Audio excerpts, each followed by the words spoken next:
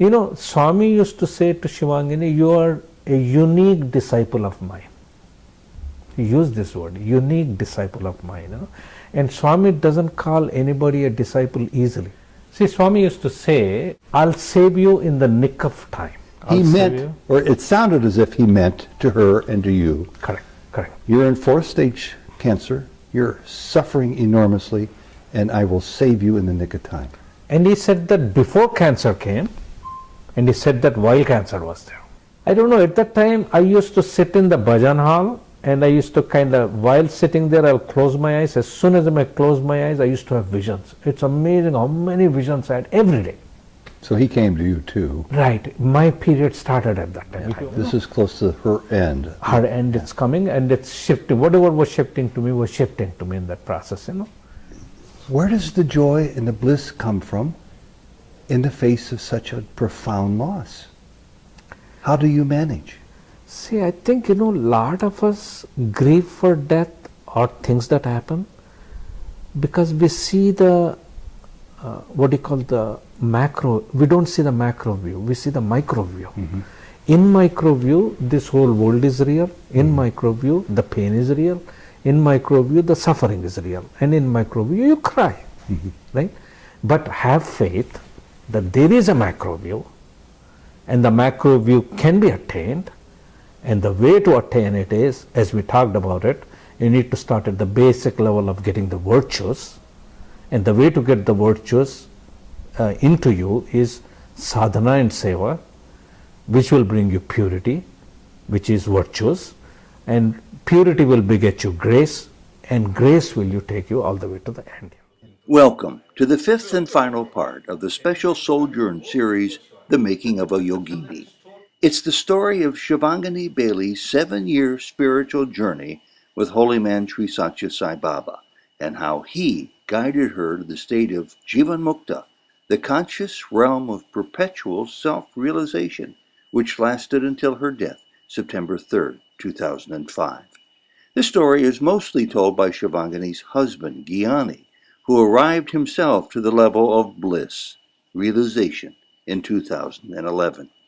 Information regarding how to learn more about this story through online books, transcriptions, and interviews can be found at the end of this video. Welcome to Sojourns.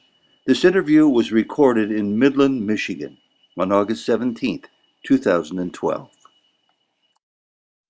Gyani Bailey, Part 5 of a wonderful story that has bliss, being a Jivan Mukta, self-realization for not one but 2 people, and a valley that all of a sudden reveals a great deal of pain and bewilderment and questions.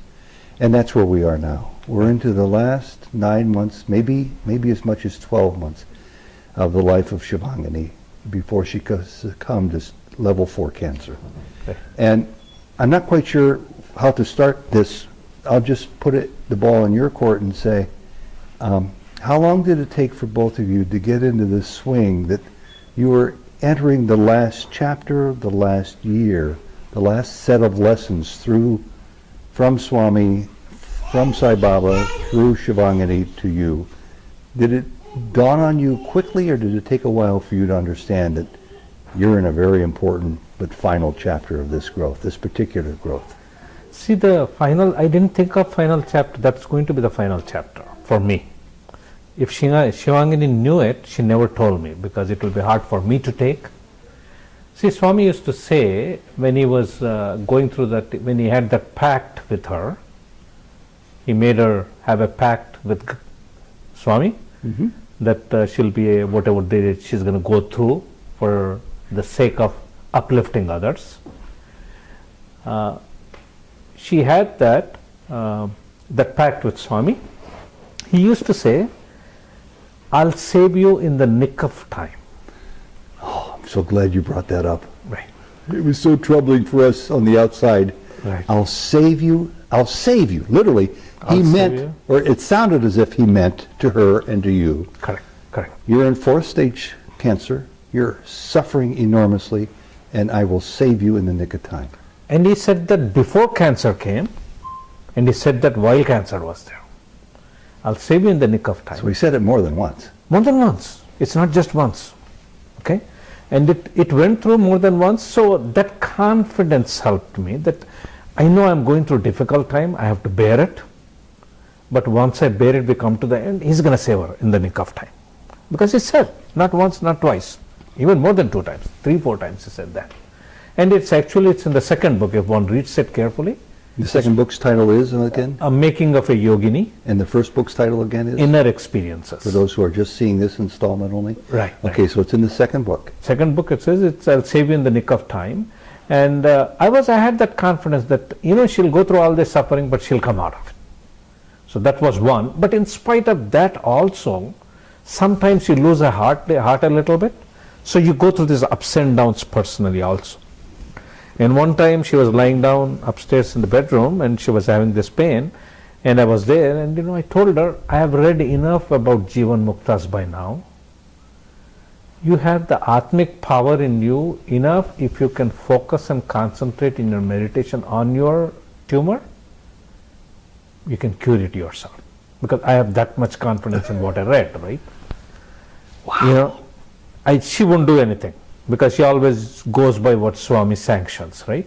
She won't do anything. Then he had told her not to play around with her ascetic powers. He actually, not to play with it, way back he told her that, because when you do that, take sanction. So he knew, and she knew, and you knew that she had these powers. She had this power. She had the power to cure herself, and when I asked her, I pressed her actually on that time, and she said, okay. She gave in to me, because maybe because of the pain or whatever, she gave in to me. And then she didn't say, she said, okay. As soon as she said that, Swami speaks. He says, if you focus on it, your whole body will get blasted away, but not the tumor. Really? Yeah, he said that. He said, that's a divine will. So even though you think you have these powers, right, you can change things, but you can't change that which is here to take your life, because it's the divine will. Yeah, the divine will already ordained it. Mm-hmm. Now you cannot, even a Jivan Mukta cannot fight against that, because he said that. As soon as he said that, she let it go. She said, no, I'm not going to do it. How did you let it go? Yeah, that's fine. You said it so casually. Right. The thing is, when you go through the spiritual journey with Swami, that's what it takes time.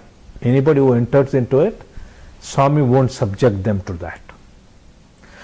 Swami used to say to Shivangini, you are a unique disciple of mine. He used this word, unique disciple of mine. And Swami doesn't call anybody a disciple easily.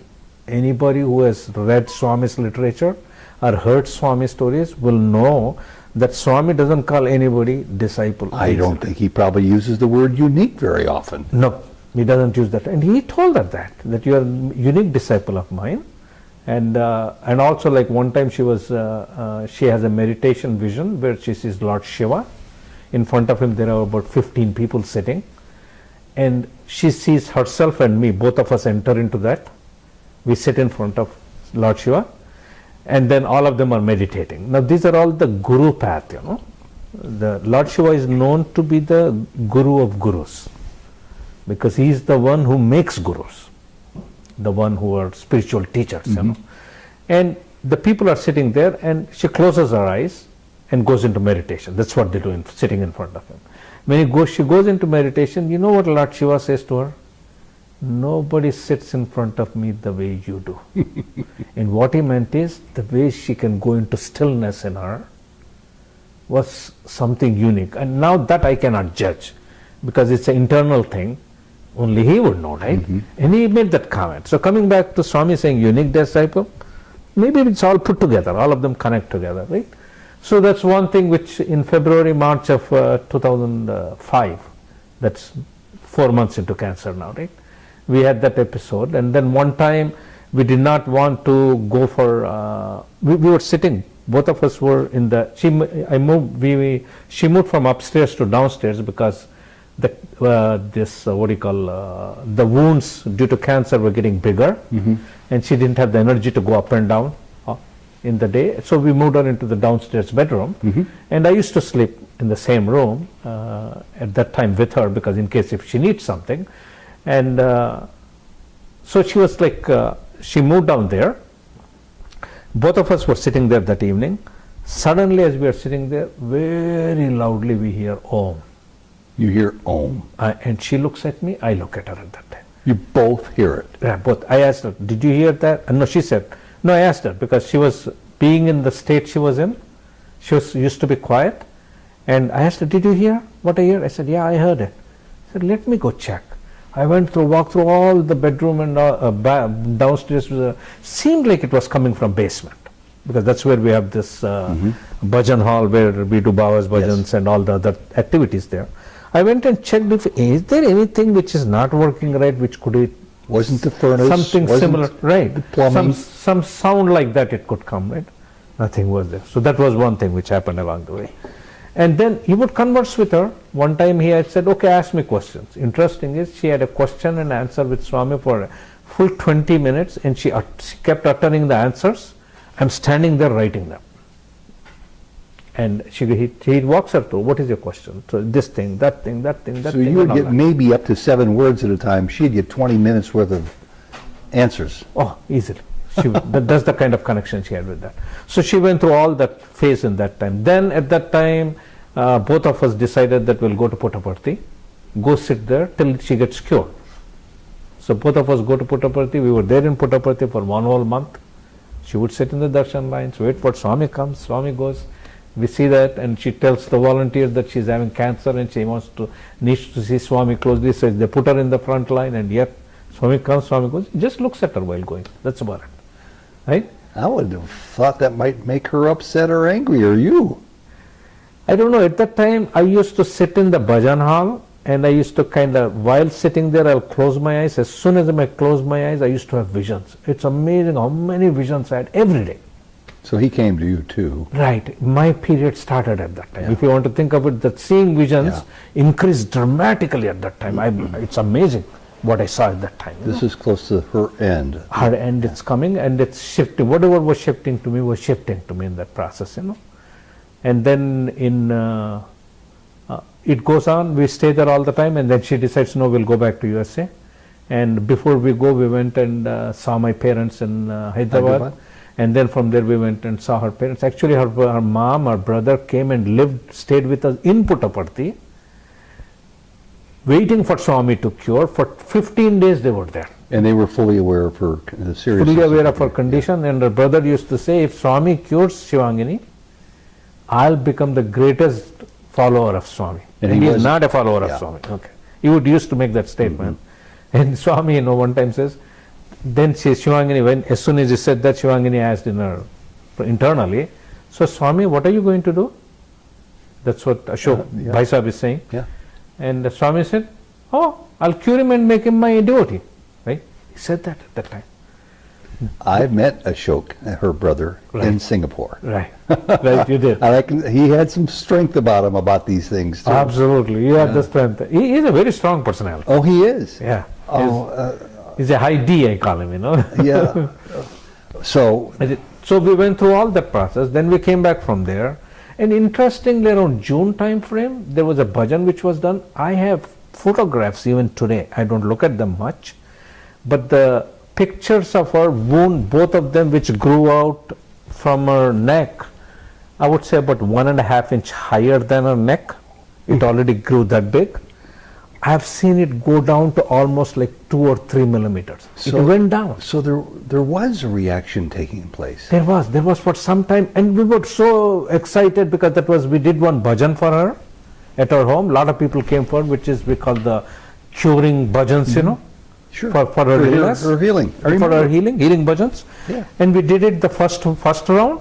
After that, it started going down. I remember that. So I started taking pictures of it, thinking that once it goes fully down, we have something to look at and see and show that it went down. Right? Before you go on, what did her physicians make of this? They had no idea why it went down. Were they surprised? Totally surprised. Totally contrary to what their experience. Totally contrary to what the cancer experienced. And so you were given some sort of hope, maybe false hope, that this was taking place. To pass the time in my mind. And lessons to learn. The people. Everything's a lesson to learn. Everything is a lesson to learn. Like when she was visiting her mother, after she visited before she came back to USA, She was there and she has a dream, not dream, vision. In vision she sees her mother and she's giving a boon to her mother. She was giving boons in that time. And her mother says, what is this? He says, I'm blessing you with prosperity forever. Her mother looks at her and says, forever? She says, forever. And that was indicating any more life she's going to have in her future. Every one of them she'll be prosperous. Oh my goodness. Well, whereabouts was this, do you recall, when she gave this boon, this beautiful gift to her mother? Was this close to the end? It was May of 2005 and she passed away first week of September 2005. Then I'll just mention this now because it seems to be an appropriate place to insert it. Much closer to the end of her life, like days. Right. Jody and I are here visiting in your home. Right. And the next day, Sunday, we were at a hotel and we heard that we were not coming over to have breakfast with you and Shivangani, that she was taken by an emergency to the emergency room of the hospital here in Midland. Right. So we wanted to at least go there and sit with you, or just to be supportive, however we could be. And we're sitting outside in the waiting room, in the emergency room. And you're joining us because you have a chance to come out and console us. When we get the word that we're invited into the emergency room consultation room, where she's being treated by a physician, and the reason was she wanted to continue to mentor us. She wanted to continue with where she had left off the last she talked to us the night before, as she was near death in the emergency room. And she pulled herself up as much as she could, several inches, and was strong of voice, took her time as she swallowed hard, processing physical pain, as she modeled these lessons for us to continue making the point that she had started the evening before. Right. One of the most powerful lessons of my life was to see a person that close to death in severe pain, wanting to continue on being instructive to others. Oh, actually in August when she was in emergency again, that time Ravi Rashmi came over. I remember she calling Ravi and blessing him. And it was only about 3 weeks from her death, 3 or 4 weeks from her death, This was only about that time from her death. Right. Yeah, it's about in the same range actually. Yeah. But she ended up in emergency a couple times at that time. Exactly. Interesting at that time, going to one of the emergencies before that one, Swami's presence again. He was there all along, right? Yeah. And when we like in our kitchen, you'll see that a microwave and the oven combination there. It broke one time, and then we got the new one. After we got the new one, within about 2 year later or something, the lever on the microwave won't work, right? And so the door won't open. She looks at Swami and says, Swami, we just bought this one. What is this? It's not working now, right? Then while saying it, she pushes it. It works, right? And she tried, I tried, both tried, didn't work. It works.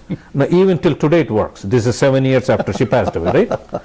So on that, one of the emergencies before she went, she was like lying down in the bedroom downstairs, and because of the wounds being open by that time, they used to kind of, whatever the fluid comes out of there, and it used to soil the beds, the sheets often. So we were doing laundry almost like twice a day, twice or thrice a day, just to keep changing the sheets because it was oozing all the time, So I would do the laundry and all, and we thought that she said, let's go buy more sheets because I have to change it 2-3 times. We got only 2 or 3 sets for that one. It's not enough because we keep running around doing laundry. I would do that. Let's go buy that. So we're ready to get out, to go to the store to buy it. And I said, in order to save time or whatever, let's start the laundry. I'll start the laundry and we'll go, right? I start the laundry and we're just about to go. Suddenly, when I turn around and look at it, the washing machine, all the fluid coming from there is all over the floor. So immediately shut the washing machine because there is something broke, and whatever the water was in there is coming out. So I take a bucket and then mop everything up and all that, and then I looked at it, looks like we can't go. She looks at Swami and says, Swami, we don't need this now. We are so much in difficulties already, You know what Swami said at that time? If I can fix your microwave, I can break your washer. Okay. And the point? And the point was, so we understood that we could not go there. We didn't go. Within about 15, not even 10 or 15 minutes, our temperature shot up to about 104, 105, and had to call emergency and run out. And she would have been in a real hot We water. will be in the store at that time, Yeah. away from home and all that, and he was stopping us from going there. Next day I called to get the washing machine fixed, because we had to do laundry every day, right? The guy comes, and the Sears guy called him up, and he looks it up and checks everything. They said, there's no leak here. I said, come on, it leaked. So we filled it up with water, ran the cycle. Nothing happened. Nothing happened. Then he says, you know what, let's change the pump anyway, because you're already paying for the call, visit, and if you don't change the pump, these things gonna look like they're working now, they'll break again. I don't know what took over me. I said, no, it's okay, I'll pay you again. Don't change anything, just take for your paid call and go. And Ted, till today, this is 7 years after she passed away, that washing machine still runs. Doesn't leak. But it leaked at that time. So his presence was there. It's not that I cannot say his presence was there. So it goes on, and then also like people came from Cleveland to see her. Yeah. Like we had a contingency of people, I think it might have been 12 or 13 of us come over. Right. And this is real close to the end. Right. And she was in great pain, and we had grave reservations about doing this. And she was going to have a little satsang retreat weekend for us. Okay. Well, and you know, if we had any brains, we would have been more sensitive and not tried to impose upon her. But we came over, all of us, in a car caravan, and she rallied. She came downstairs to the basement puja and sat there for hours. And shared with us her insights, not just from her ailment, but from her whole life. And I was amazed. I was amazed that she was able to do that. And she wasn't in pain at that point. she always was like, when she was talking about God and spirituality, she would transcend the pain. And Swami used to told her that at one spot, I was recently looking through, he says, see, when you talk about, he used to say nicely, you know, when you talk about me and spirituality to others, how you forget your pain? Means you're losing body consciousness at that time. Mm-hmm. And that's the state he wants us to be, is lose that body consciousness. So in the August that happened, and you know, I used to take her for a walk. Swami used to ask us to go for a walk. She would walk for 45 minutes till about middle of August, which is September 3rd, she passed away, right? Mm-hmm. Now there's somebody with open wounds of cancer, which are Fourth-stage big. cancer. Huh? You don't hear Fourth-stage too many people with fourth-stage cancer going out in a 45-minute walk. Right. I used to take her and we used to go round and round. I would take her from there and bring her back. So she was mobile till the last week. Yeah. And the last week when it came, because she was not able to eat and she was put on a lot of these medications, Mm-hmm. doctors gave it to her and she started taking them. You start losing the body strength. Mm-hmm. So by that time I got a wheelchair the last 4 days. She got into the wheelchair probably Monday, and Saturday she left the body. You know. So for 4 days, kind of she was unable to Amazingly mobile through this most critical, most critical of it. up to the very end, the last 4 days when she had to be in the wheelchair. Right. And you know, interesting episode, spiritual episodes are going on. Look at this one. About 15 or 17 days before her in the passing away, she comes out and she says, you know, in the Hindu religion, we have this god we worship, the monkey god, the Hanumanji, right? Mm-hmm. She goes to the bathroom, and she comes back from the bathroom to the bed, and as she's coming back, she can look out the window and there's this big pine tree in front of her. Mm-hmm. She says, you know, Hanumanji is standing there, she told me. I turned around and looked, I said, no, I don't see any Hanumanji. I said, no, he's standing there. But then she didn't want to discuss much. She lied down. She was mostly used to be quiet, Mm-hmm. right? Then about another week later, she comes back. She says, Hanumanji is still standing there. And he got his hand, one hand on one eye, closing his eye, and the hand which is closing his eye is dark. We understood, based on our knowledge and so forth, that do not see bad. Always see good everywhere, Sure. right? So that's what that indicated. And she told me, I think it's saying do not see bad. I said, no, you know, I had my own interpretation. Don't see bad in others is what it's telling us, right? Then in conversation I mentioned it to her, let's not talk about them, why is he bad in others? Hanumanji already said that. Swami at that time says that is his interpretation. Right? So again, it doesn't matter. Important thing is his presence was there even at that time. Yeah. And then Hanumanji was standing there, right? And then second time, like she told me that he's still standing there. And then I forgot about the whole thing. And on September 3rd, 2005, which was a Saturday, which was the long weekend for the Labor Day weekend, and it was around 4 p.m. and Prem Vidya were here, right now they were here at that time, and then another one of our close friends who lives in Ottawa, she came to visit with her husband. So the 5 of us were here, or 6 of us, and she's lying down. So when we are here, and then she passed away around 4 p.m., 4:10 or 4:20, whatever that p.m. is. At that time, hospice people, I called them up and they said they're coming to clean up the body and take it to the funeral home. And when they came, they said, okay, you have to move out, we'll clean up the body, and then funeral home will come and take it away, right? And all of us came out of there, and I stood in the corner by the corner windows out there, which looks out into the open sky as well as the backyard there. I'm looking there. This is about 40 minutes into after she passed away. Then with my open eyes, because I was on that side of the couch and the other 4 were sitting on this side. They were not looking outside. When I look up and open my eyes, I could see out in the sky with my open eyes, clearly out of cloud, complete Hanumanji's face and the crown he wears, and inside the crown in the middle there is a huge jewel normally is placed. Even that hole was completely visible, and on the back of his, he was carrying something which felt like a cloud, wind is flying out. You saw that? I saw that and I said, oh, the thing is, my mind was blank at that time because I was in shock. Okay? And they say usually a lot of people who see things and clearly and all that stuff, whatever, it is in that shock state they can see that because their mind is not functioning. It's like it stays blank at that time, but all awareness is there. She had seen Hanuman twice. She had seen Hanuman twice. She passes. She passes. You see him. 47 minutes later, he's flying there. And then I look it up, and then I say, oh, Hanuman just flying. It's my mind. I told myself. I looked at my friends who were sitting on the left side of me. Mm-hmm. Then I turned around and looked at it again. He's still there. He's still slowly flying out, right? As he's flying out, as I am watching out, slowly, the second time when I was looking at it, it dissolves away.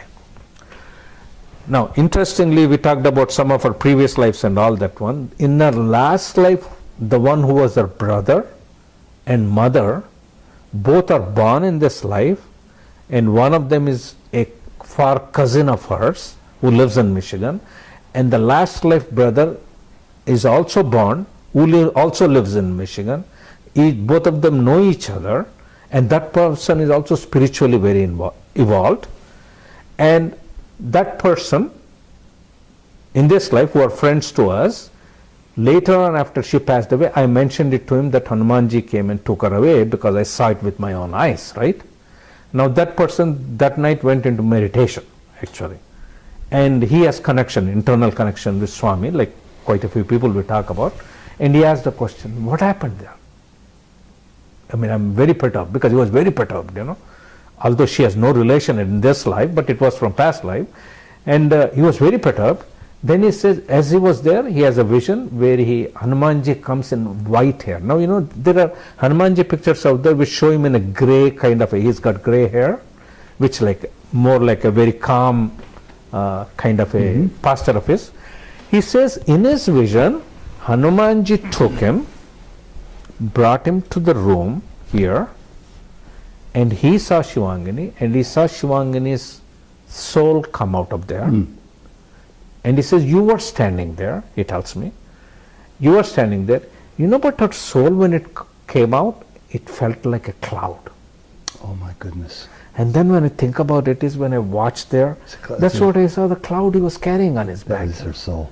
So it's like later on I realized that he came and he was waiting there. That was her soul. Wow, what a story. One of the people who has been close to her, who has been seeking help from her, and that person on Sunday, Saturday she passed away, and Sunday she had to go to a Homa. Homa is the Yes. fire ceremony, right? Fire ceremony. But she was very disturbed by Shivangani passing away. And at the Homa, she is looking into the fire and closed her eyes. And she sees a vision at that time. And in the vision, she sees Shivangani dressed in white. This is on September 4th now. Okay. She passed away on September 3rd, 2005, September 4th, 2005. She passed away 3rd, and 4th, this lady is seeing the vision.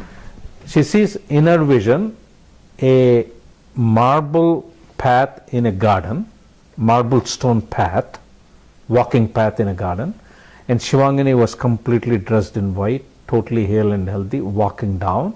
As she's walking down, flowers are falling from above sky, from the sky onto her, and that's the vision she sees. She calls me up and tells me. Two questions. Right. One's a comment, one's a question to wrap this up with. This wonderful, wonderful story. One was what happened to me the other day that I passed along to you. Occasionally people, we've got 175 personal interviews, mostly with Sai Baba devotees, uploaded to the internet. Okay. And people occasionally will write us letters. And I got a letter, I think it was 2 days ago, correct me if I'm wrong, from somebody who was applauding us for the interview with this particular person and then that particular person. And oh, by the way, could you do more interviews and present them about Shivangani? Because of the interview that's been presented there, that's been uploaded now for a while, that was recorded, I think you said in 2003, 2004? 2004. And out of the blue comes this request that there's something more added to Sojourns, because this woman's only had just wetted her whistle with the information that she wanted to learn about and from Shivangani. Right. And I'm thinking, I wonder if Gyani needs a push. I wonder if he needs a little added sign to induce him into committing himself to talking for maybe a half an hour this day about Shivangani. And here now we're rounding out 3 hours of conversation. Do you think that was a coincidence? That woman's email to us? Oh, it's a sign which is coming to you, It's like I was told, because I was avoiding reading, looking through the cancer episodes. When I was meditating, when you said that, you want to do a interview, and I didn't say anything yet. And I took that almost as a no, yes. Right. I was just meditating, and they said, in case if he does interview me, maybe I should look through that cancer episode stuff. And at that time, my inner voice says, yes, you should look through that. Well, my only comment to your comment is that I believe in Leelas now. It's taken me a long time to get to the point where my skepticism is tamed and dispatched to the backyard and no longer a part of me. And I see Leelas now as so significant. And in my life and in the life of everybody, it's a divine play is how I would see it most easily defined. God winking at us, giving us a telltale sign that we're on the right path, we're on the right track, that we should actually go ahead with what we thought was important and pursue it. And the second part was, I said there were two parts to my comment and question, was just what you've already brought up. You call them the cancer tapes. These are the stories, first person, coming from Shivangani to you, that you either recorded or wrote down after you became aware that she had 4th stage cancer. Right. And this is now 2012, and this was recorded in 2005? As they were happening, I was recording them. And this is the first time you've allowed yourself to see them, and you allowed yourself to see them, as you just said, in preparation for what might come up this weekend. Right. My question to you, Gyani, is how do they speak to you? How do they move you? What did they tell you? I didn't break down while I was reading it, but at one point it felt to me, boy, that was quite a bit, At one spot it felt like that. Yeah. More because I was reading about her. It felt to me because what she could have gone through and all that stuff, That kind of touched me a little bit. And the other part which touched me, which we haven't captured today, is like what we were talking about, the Jodi's thing, and then how it all connected together. Like what Jodi's a dream last night. Yeah. Do you want to briefly summarize that? Right. Actually, in the morning today. This is the 17th of August, 2012, the day of the commemoration of Shivangani's death. This Right. puja at the cemetery, which we concluded hours ago. now. Right. That we did then, we were going in the morning to do the samskar for the seventh, this is the 7th year.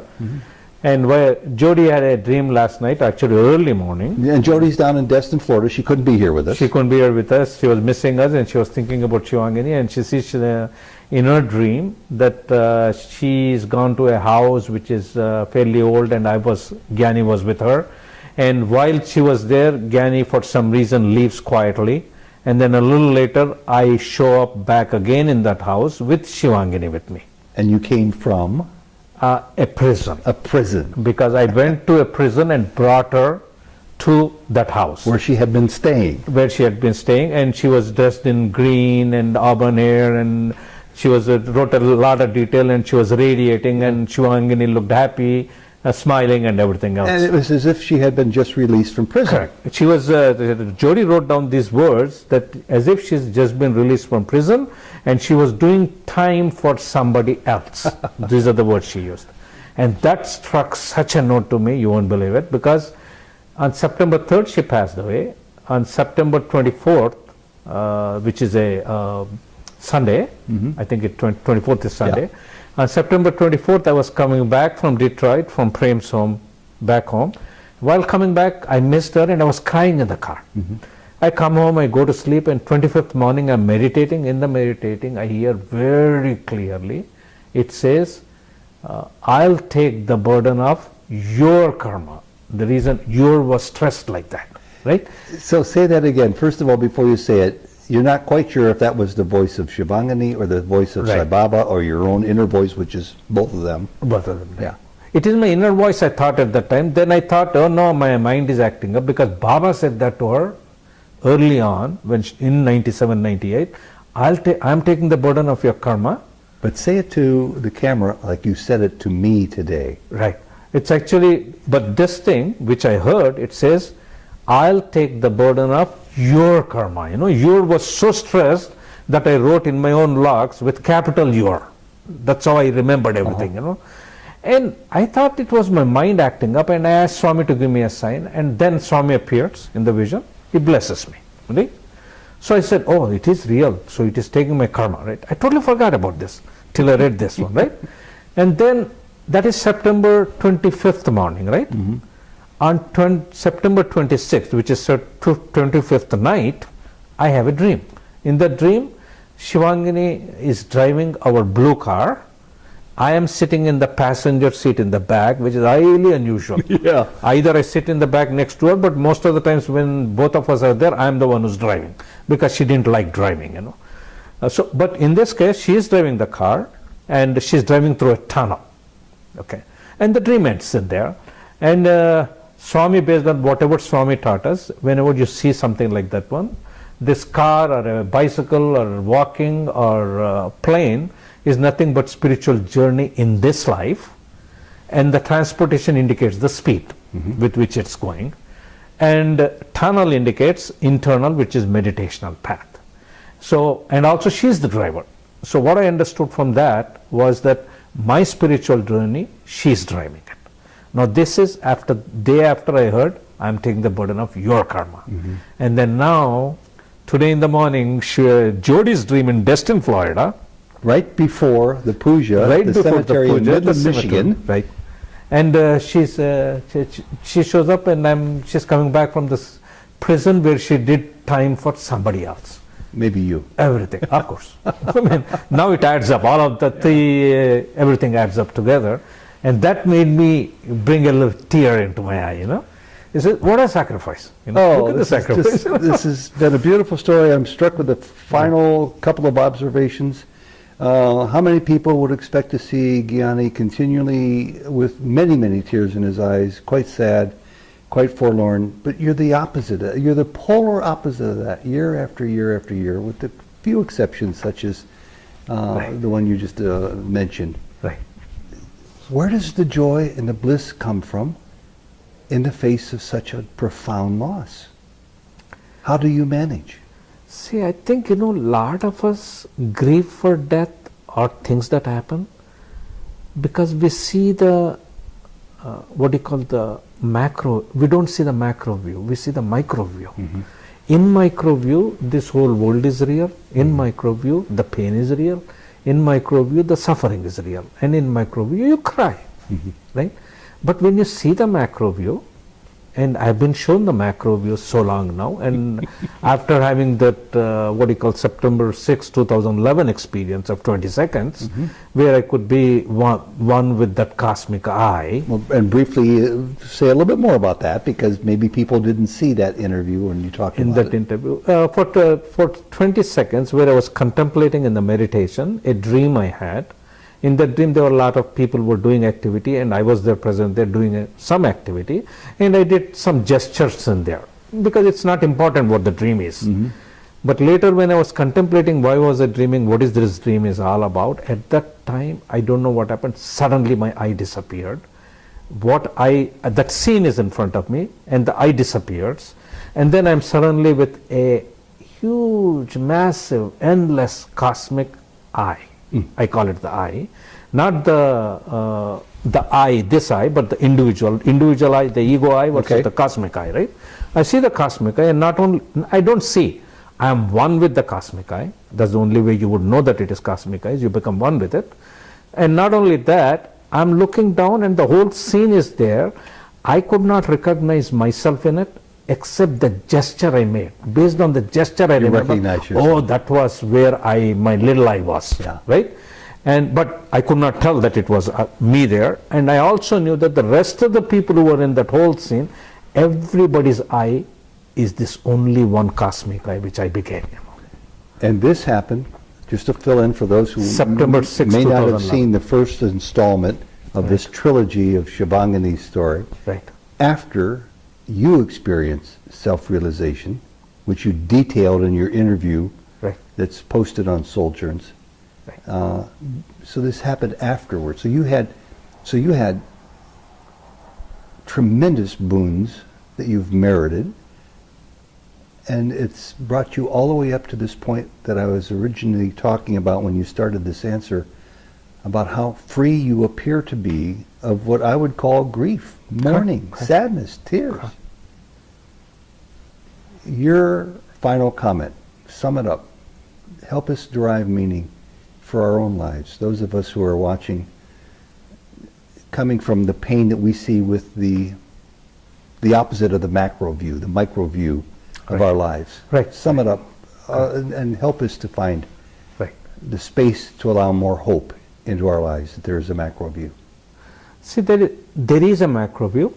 It's just like all of us dream every night, and we wake up every day morning. As soon as we wake up every day in the morning, the dream is unreal.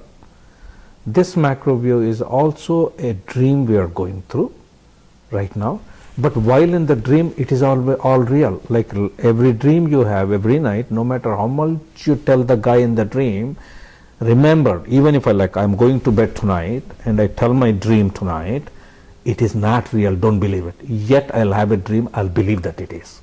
So as long as you're in the dream, the micro is real for you, right? So all of us are in that space today. But have faith that there is a macro view, and the macro view can be attained, and the way to attain it is, as we talked about it, you need to start at the basic level of getting the virtues, and the way to get the virtues into you is sadhana and seva, which will bring you purity, which is virtues, and purity will beget you grace, and grace will take you all the way to the end here. And it begins with sadhana. Sadhana, you need to do spiritual work. Spiritual practice. And seva, which is selfless helping of others. Selflessly helping others. Initially, even selfishly, if you help others, start with that. Did I say selfishly? I meant selflessly. No, you said selflessly. Okay.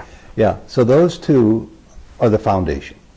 Those two are the foundation. And don't worry about what follows. It'll follow. It'll follow. It'll take you through. Because that is the magic. That's why song. If you want to do one other thing, I would say is all the Sai devotees or the people who have faith in Sai, whatever Sai is making his students do, just do. Who's Sai Baba? Who is Sai Baba? Sai Baba is what I call this cosmic eye experience I had. That cosmic eye probably manifested itself with utmost power. See, it can manifest. That same cosmic eye is me, is you, is everybody, right? But the manifestation, we got lost because we got all this baggage we gathered up while we are here. But Sai Baba, like avatars come, even among the avatars, if you look into it, Sai Baba came probably with the very high degree of manifestation of that one single cosmic I. Oh, that's wonderful.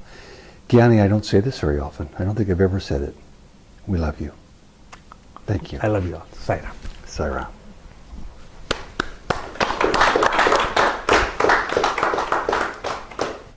Sai Ram. This is our Gopika. Sai Ram. I saw a tiny little pearl here at this point. And took it, and at that time I was having a lot of experiences of Swami's miracle visions and all that. And it was very fascinating to see the pearl. And I will show you what that pearl was. See this tiny one? White one, not the black. White Is that one? the one that was there? Yes.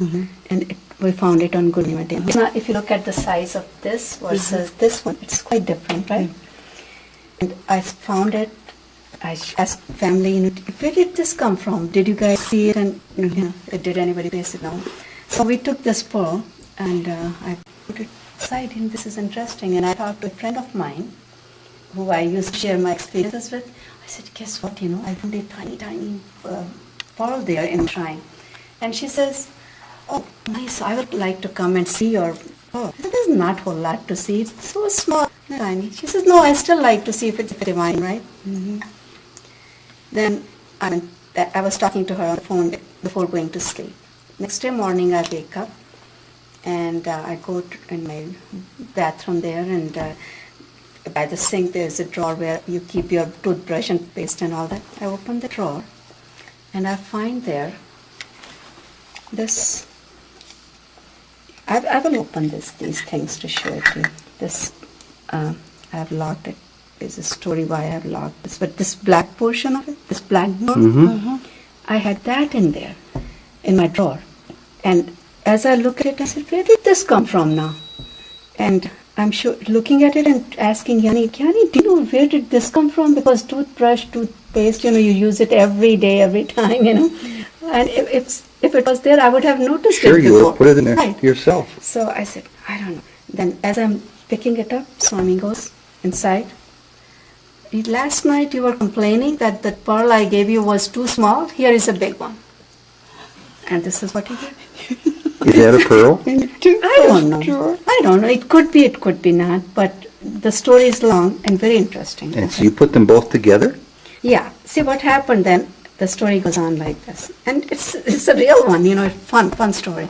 My friend came, and at that time these two were separately placed in this container, and all these other things were not there. These are our other editions. So they were just loosely sitting there, and I showed it to her. I said, look, this is what I found. So she, being very devotional, she touched these things and went like this and this. And after she left, I felt kind of guilty. I said, oh my God, look at this, her devotion, that she touched it and felt the divinity and all that, and here God gave it to me. And I never really showed that, love or devotion or anything. So I also went like this. The minute I touched it, and by that time I had taken it into my closet, and as soon as I touched this tiny one sprung, popped up and fell on the carpet. And I'm going to, oh no, who is going to find this tiny thing in the carpet? So I just trying to feel it with the hand, so that you can feel it and find pearl like that. So I went like that. Got the pearl, did not get the pearl, but as I'm moving my hand like this, something touches my hand. And at that time, instead of pearl, this little stone I found there. Okay. It looks like a diamond.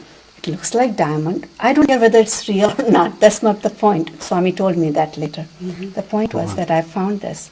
And when I found this, I'm going like, oh, wow, what are you doing? It was so precious to me. You gave me this on Guru Purnima. I want to find my pearl. And I did not pay much attention to this. I'm just very anxious to find my pearl. So I still am going my hand like this. Next time comes another thing, and this time it's this one. Like the same size, this 3 things, 3 different, call it diamond or stone or whatever junk it is, whatever it is. So I found this. And I'm going like, oh God, no, I need to find my pearl. 4th time I run my hand there, and I find this pearl. So I got hold of it and said, no, I'm going to lose it if I don't take care of it. So that's why I took this thing. Actually, it's one of my earring kind of things. So I just put it in there and locked it so that it doesn't come out easy and doesn't get lost. But that was the story, goes that far. Didn't think, and I kept wondering, where did these come from? Where did these come from? Okay, fine. Then one day, right after that, I come here for worship one morning, and I'm doing this. And from here, I get a feeling that this picture is speaking to me. I get a feeling. And Lord Krishna is saying, see, I gave you the diamonds from my own necklace. Okay, now look carefully. See, 1, 2, 3 diamonds missing there. Oh boy, they are missing. Okay, and then I will tell you one more interesting thing. And then And that's on a photograph. It's on the photograph. And then he says, I gave you the ornaments from my own necklace. And points to this. This stone, whatever it is identical in the looks and style as this one. Hold this that in your black hand. one. Hold that one in your hand. All right. Yeah. That's the same stone. Yeah. That is the same stone. Is the one. You can take it closer and look at the type and. Yes, I Right? see it very, very well. And then when I pointed it to Danny that this is what he's saying, what he's saying, that this is what I have done. He says, was this missing originally? I said, I don't know. I never paid attention. Till he drew attention to all these things. I never realized that's what it was. And then, very interestingly, then, like, this was like that. Okay. And I'm paying attention now. I just go like, Lord Krishna, one more diamond is missing here from your ring too. Are you going to give me one more? I was just jokingly saying, And there was... Now where's the one that's missing from the diamond ring? The bottom? Yeah, I think At the bottom. so. I can see it here. Yeah, I noticed that. Oh yeah, this is the bottom. You can see it very clearly when cameras are real close. Right. So I said, are you going to give me one more? It's missing there too. And he says, like that. And months went past, nothing. One day I was sitting in my bathroom, and my daughter had picked up the phone and said, Mom, this person is calling. And I said, yeah, give me the phone because I don't want to take the time to call them back. I'm in the bathroom and I take the phone, and as I'm talking, like to look at the ground while talking. Yeah. I'm looking at the ground, and this bathroom, which gets cleaned regularly and all that, right? On the floor, is shining this tiny little diamond, the 4th one, which is here actually. And then at that time, I hear again Baba saying, you wanted the 4th one from my ring? Here is the 4th. Oh, wow. Okay. That's from that ring there. That ring, okay. And now, everybody's asking, are those real? Are those real? I don't care. And Baba also says, what does it matter? What he's trying to show it to us is his presence, his omnipotence. He can create. All that is what we should be paying attention to, not whether it's real or fake. Right. What difference does it make? That's amazing. So they're all in here.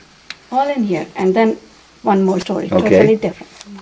This is, see this picture of Lord Shiva? Now, when this happened, I think exactly 2 years after that incident, on one Shivratri, we got done with the all-night celebration of Shivratri in the basement and all that. And next day after people left, I was cleaning up the basement and making things tidy again. And in there I found in the basement this thing. What is that? Okay. And this is something called, what do you call in Hindi? This thing? CP or coquina? I don't know. Different people call it different things. It's like a. It's a shell, maybe, or Yeah, it's like we call it cordy in my language. He calls it something different. It's a naturally. It's a Yes. shell. Seashell. Seashell? Tiny seashell. Coquina. I found it and I said, where did this come from? I've seen this in India, but I have not seen these here. And again, it's a place where nobody comes who have anything like this. Would anybody have worn it on a necklace or a bracelet or something?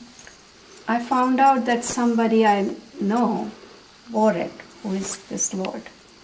Yeah, she didn't. We didn't Because realize he that. drew my attention at that time, and he says, see this? See this? Oh, He's wearing, that's what those are? that's what those are. Till then we And kind of till then we didn't realize. I would have tossed this away. But for some reason I said, no. Shivratri. Oh my God. There And- was nothing there? He didn't say that it was missing. Yeah, no, but he asked me at that time. I mean, when I say he asked me, don't get me wrong. It's not a person talking, but you get, like inspired or motivated or prompted to come closer. This picture was at that time in our basement, and I had found it in one corner of the basement. And he asked me to come here, bring it here. When I say he asked me, meaning I'm getting this prompting to go towards the picture where the picture is. And I grab this and go there. And I'm saying, what? I go up to him and say, what? And he says, and then I showed it to Gyani and he says, look at this. It's like if somebody has to string it, it has to have the hole, and it had this hole also to be part of something, if Well, that's an amazing And isn't number of discoveries. I don't know whether I want to call it discoveries. Is it just like to me? Materialization? No, whatever it is. Huh? And this is what it's mind-boggling. It's mind-boggling. नक्षत्रयुक्तायां शुभयोग विष्णुयोग विष्णुकरण एवं गुण विशेषण विशिष्टायां अष्टापदी नवपदी बभूवुषि सहस्राक्षरा परमे व्योमन् आचमनीयं समर्पयामि मधुपर्कं समर्पयामि ज्योत्यामे फल पावे दुख विनशे मन का. We are giving away only good things. We have 5 things, that Kshira and Dadi, everything, milk, yogurt, everything we are giving away. Give us all the arogya. So that is the thing. This Amma soul came here, lived with us. We are seen. So Amma is there. There is like 3 loka: Bhuloka, Bhuvarloka, Suvarloka, and Pitraloka, and Devaloka. Namo namo bhavantaye varivatkritaya ushadinam pataye yasmaret pundarikaksham sambamishanam sabhahyabhyantarashuchihi. Swami kind of led me to read my journal of her cancer episode. And when I wrote the second book, Making of a Yogini, when I put it together, I didn't touch it because every time I tried to open and read it, I would start crying. So I said, no, I just can't bear to write it. So I let it go. And he made me read that part of the journal before you came. And when he told me Jodi's dream, I was shocked that what exactly it was, where she sees Shivangini. She sees me bringing back Shivangini from something called like a jail or something. And Jodi also felt that Shivangini was working out somebody's karma or somebody's deeds. She used those words, and that's what shocked me most. This is August 17th, 2012, 7 years after? 7 years after that. So what I remembered was from what I read only a couple days back from the journal of the cancer episode is after she passed away on September 3, 2005. I was down at my friend's Prem's place in Detroit on September 24th, I think, which is a Sunday, and I was driving back, and I was missing her and I was crying. So I go to bed that night, and next day morning, September 25th, which was a Monday, I was meditating, and in the meditation along the way, I heard very clearly, I am taking the burden of your karma. I mean, the stress was on your, right? And you mentioned this to me a few minutes ago, and I asked you if that was Shivangani, and you said it was either Shivangani or Baba. Right. Because it's my inner voice which spoke, and at that time I thought it was Baba, but when I heard Jodi's story, everything came together. That it was Shivangani saying. It was Shivangani saying that. Because I always thought it's he who will take my burden of my karma. She won't, but she was at a stage she could, right? Does this mean to suggest that she took your karma, and the means in which she took it had to be the physical end of her body, or going, as the dream suggested, perhaps to prison for several years until she paid the debt? Which does it mean? I think it's she paid the debt after, which is like going to prison. That's how Jodi felt it, which means that she was in shackles or some constraints of some kind for that period of time till I came out of it. Now, interesting is right after that, I hear the your karma on September 26th. Now I can't remember whether it was a dream or it was a vision. No, it's a dream. I see myself sitting in a car, in our blue car. This is a few days after her death, Right. but before this other dream you had, before this voice you heard. Okay, I heard the voice on September 25th, Monday. Okay, so before that, 2 days before that, is when No. you had the dream of being in the car. No, that is the day after. Oh, the day after. The day after. Okay. It was September 26th, Tuesday, and 2005. And I see myself in a car, and Shivangani is driving the car, and we are going through a tunnel. And along the way, she stops the car, and in the tunnel, and she's sitting there. I am there, and the dream ends, right? And based on what everything the Swami taught us, he has already told us that if we see a vehicle in our dream or a vision, it indicates the spiritual journey in this particular life. And the tunnel is the interior journey. Yeah, tunnel is the interior, which is the meditational path, right?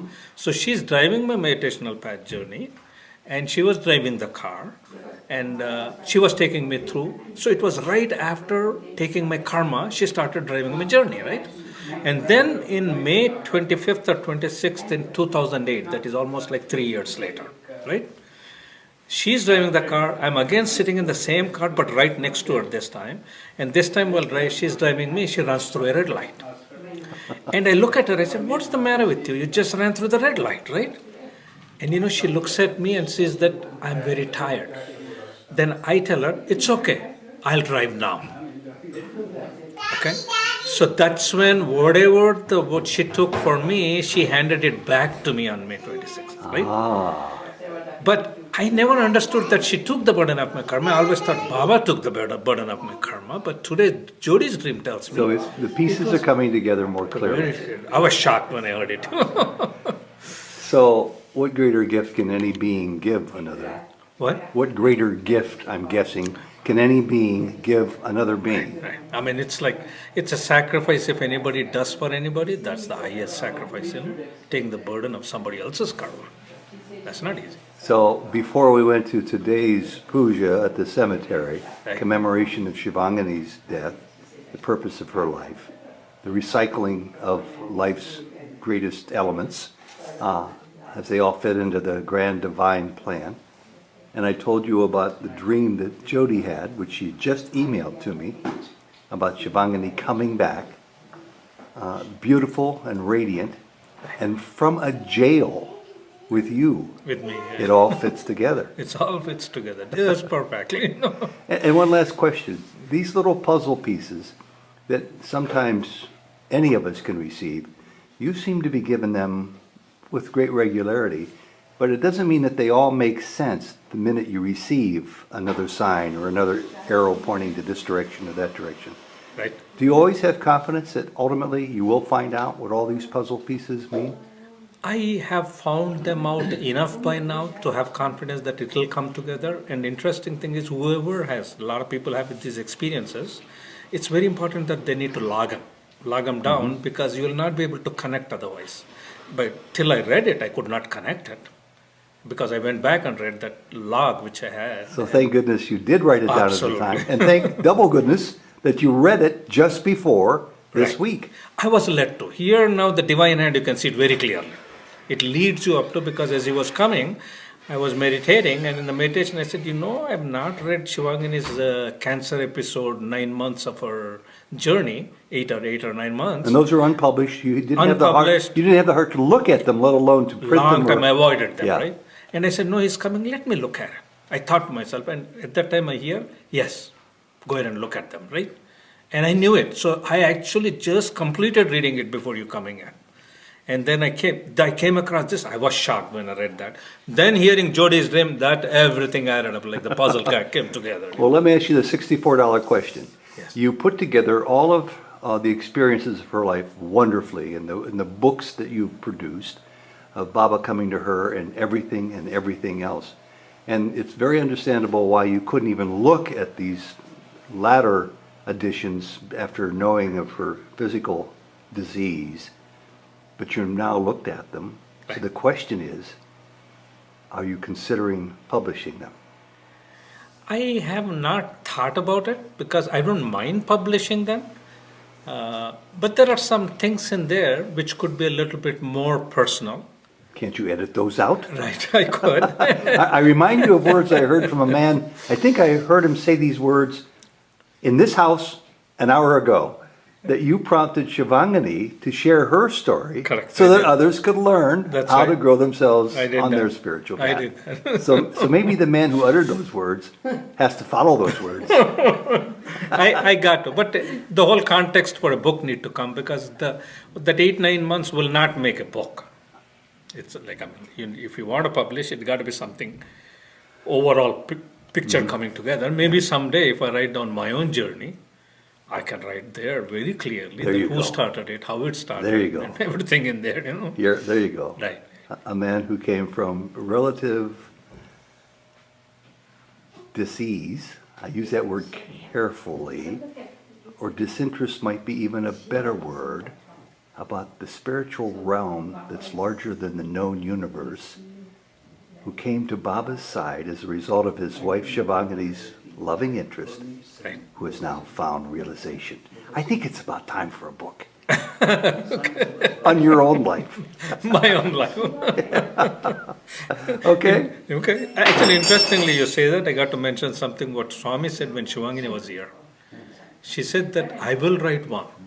At the tail end, I'll write one again, He told me that. That you would write one, and at the tail end, you'd write a book.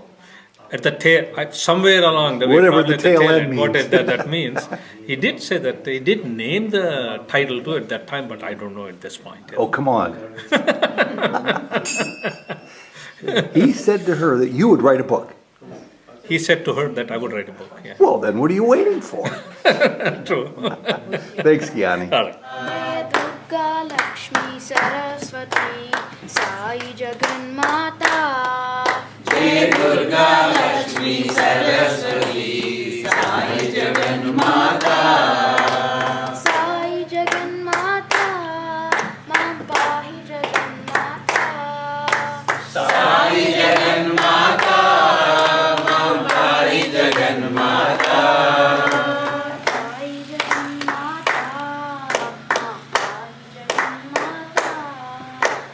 Sai Jagan Mata, Sai Jagan Mata, Sai Jagan Mata, Sai Jagan Mata, Sai Jagan Mata.